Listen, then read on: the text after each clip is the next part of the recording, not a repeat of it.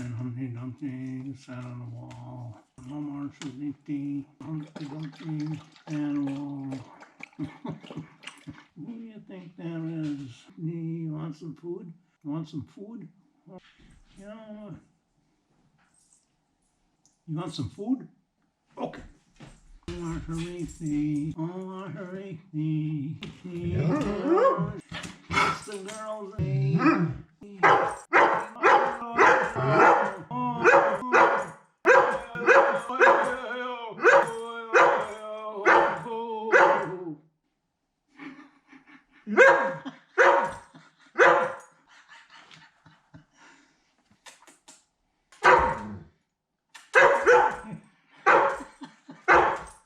How many ways to leave your lover? How many ways to torment your doggie? It's supper time.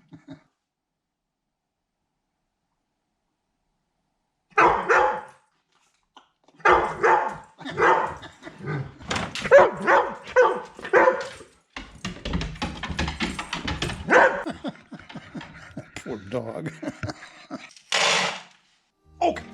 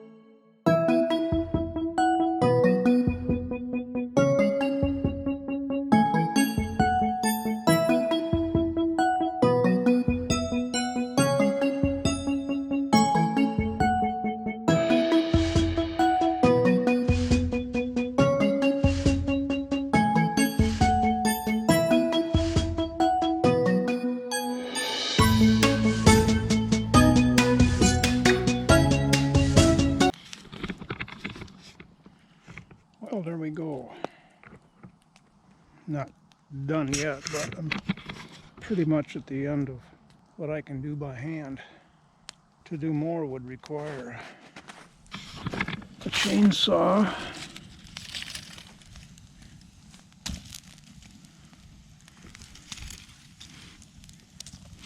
and the nippers.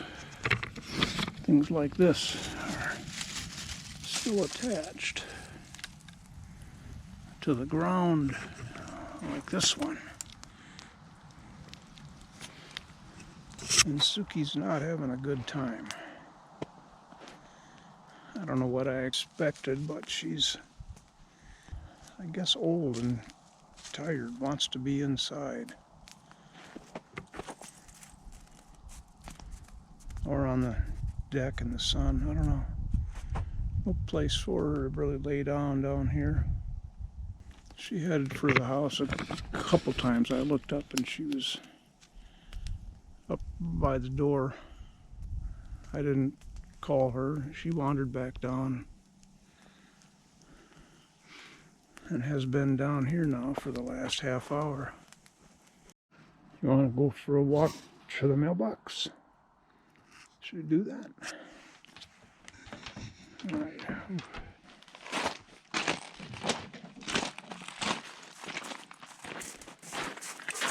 Thought for a second there she wasn't gonna come. That would have really worried me. Open holes beginning to show. I love these.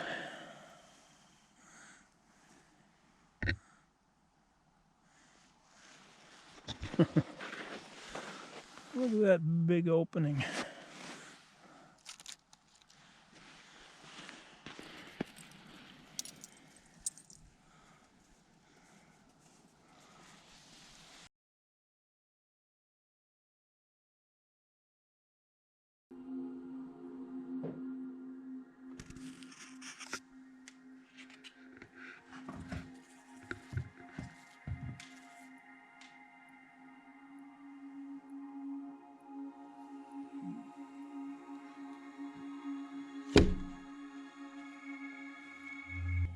It has begun.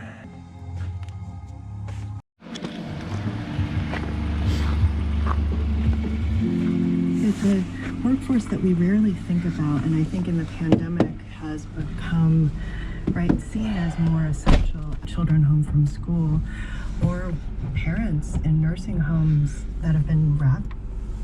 We are making a trip to town. Oh, stop it. I brought a bag of garbage into town with me Wednesday when I got my vaccination. Well, I didn't get done with the vaccination in time to drive to the transfer station and drop it off. They close at 5, and I would have gotten there at 5 after, 10 after. I've got a very ripe bag of garbage. I left it in the car, cracked the windows. I don't have any other place to put garbage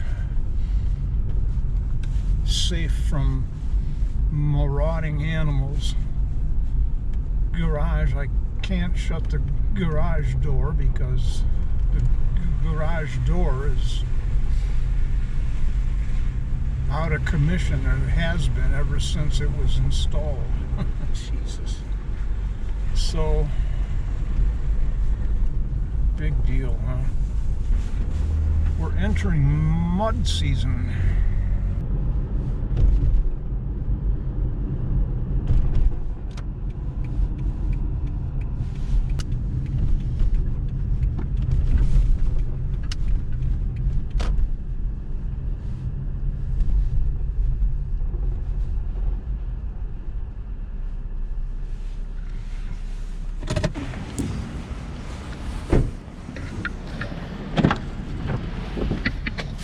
Hello, girl.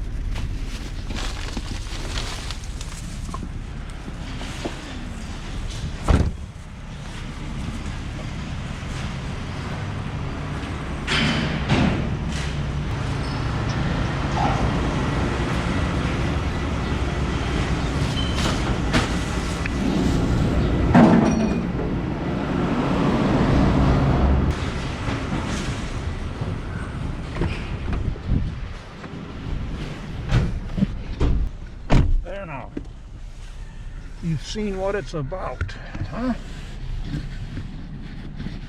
Where do the years go? God, I sound like an old fogey, but how wrapped up we get caught in the years of midlife, and they just go.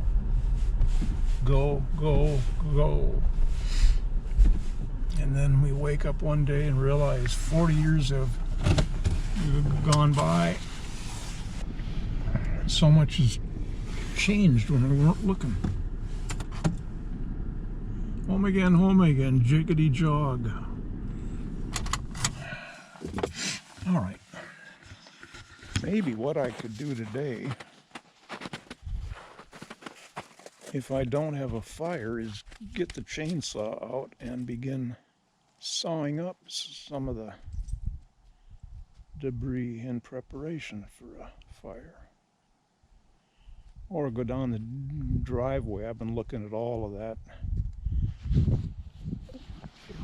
Slashings off the driveway, and I want to get that all cut down on the ground. I'm not going to burn that necessarily. No, I'm not going to burn most of it. Just want to get it out of sight. I'm just looking around here, and I'm realizing I got to get these fires going because I've only got a narrowing window of opportunity to do this. With there being snow on the ground now, in another week it's going to be gone, and I don't want to burn anything when the ground is bare, because that's fire season then.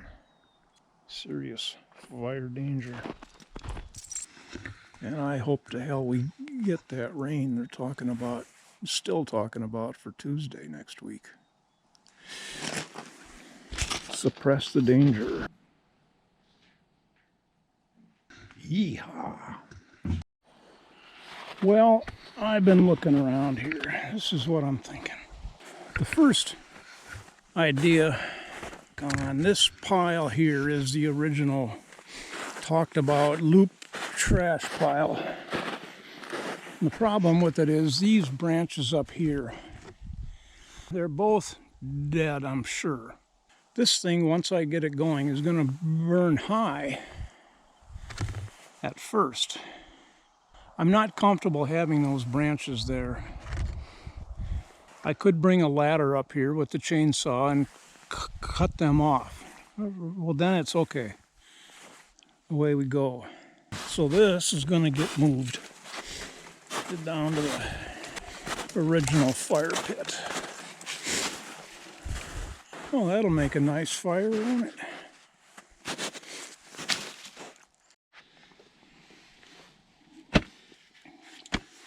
Yepper.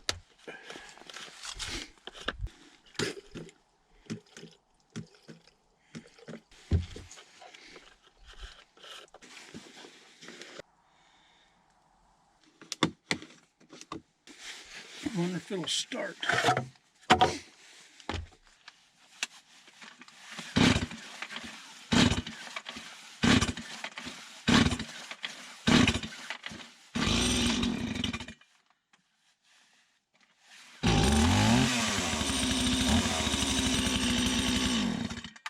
All right.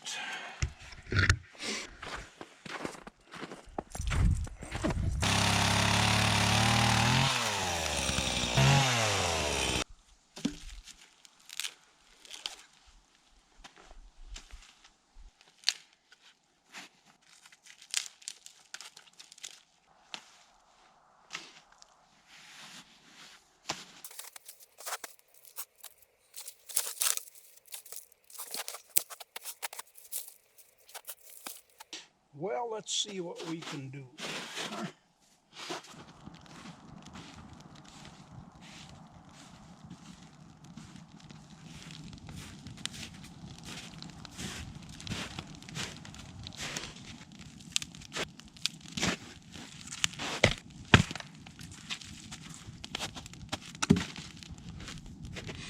I need a chair.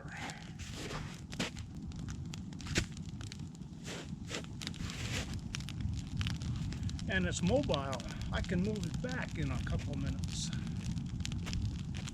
Sometimes I overthink things, like coming out here to have a fire. Where and what and when and how. Sometimes I just do it. And it seems to always work out just fine. I don't burn the house down or the woods down. Especially this fire. It's surrounded by white.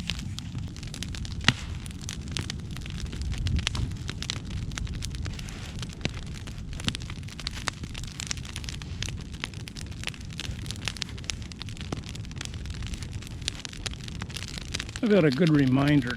Probably goes along with my overthinking tendency. I want to get it done now.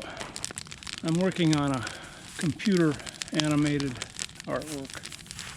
It's all artwork. I get daunted by all of the work, the long hours that it's going to take to finish this really the way it needs to be done. It can't be done quick and dirty. It's worthy of a lot of time, a lot of very tedious, ongoing work. Your brain on winter, dead zone, middle of December and January, nothing happening.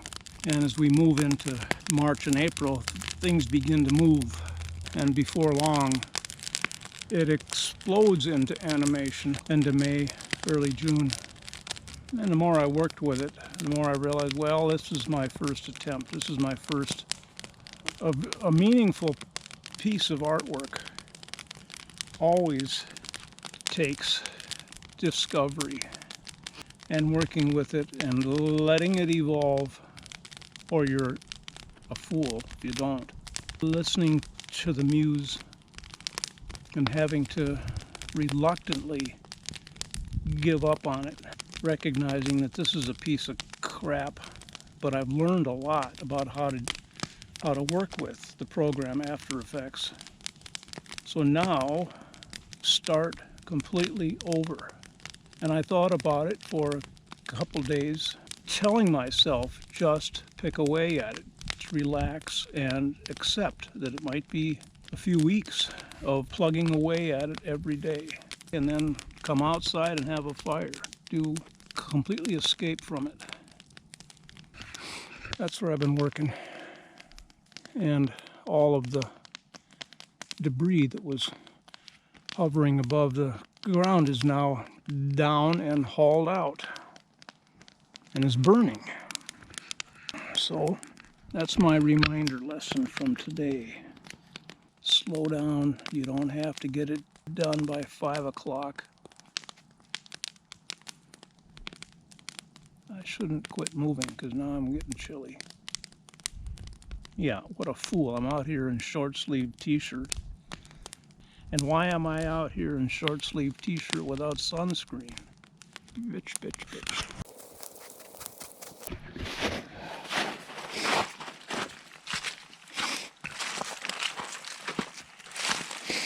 You found the best spot in the bog. You did, sweetie.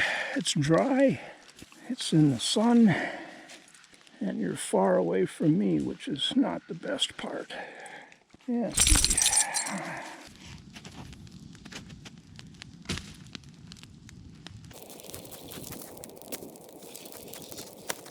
I love these gifts from heaven.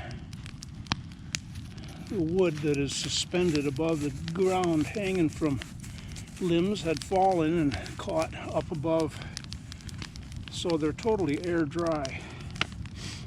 You can probably hear them. You stick them in there and they, whoa.